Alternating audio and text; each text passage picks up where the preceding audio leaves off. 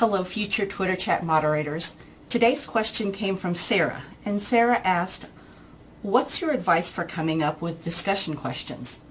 Well, in BRANDchat, what we've done is we've created a Facebook group, so it's a private Facebook group, and a LinkedIn group, also private, where BRANDidos can continue the conversation that they've had from the entire week, or resources or articles, and share information that they come across during the week. BRANDidos, so that you know, are the term of endearment that we use to call people who have actively participated in BRANDchat. And they like to continue and still stay engaged past our 1-hour weekly chat. The way they can do that is within groups. Now, we also have a Google Plus group as well, so they can pitch and share their ideas, or sometimes the ideas just come from the different current events that are happening, the articles that they share, or the current blog posts that they've shared, or case studies that they'd like for us to take a look at. All of those happen within these private groups.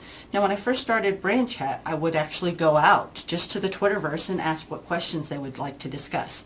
We have a little over 145 people within our private Facebook group, so I don't need to do that as much, but I still ask the BRANDidos to do that. So they themselves have their circle of influence, and they ask either in Twitter or any of the other social networks their contacts what they'd like more information on, what we could discuss, and then we also discuss that too within our private groups.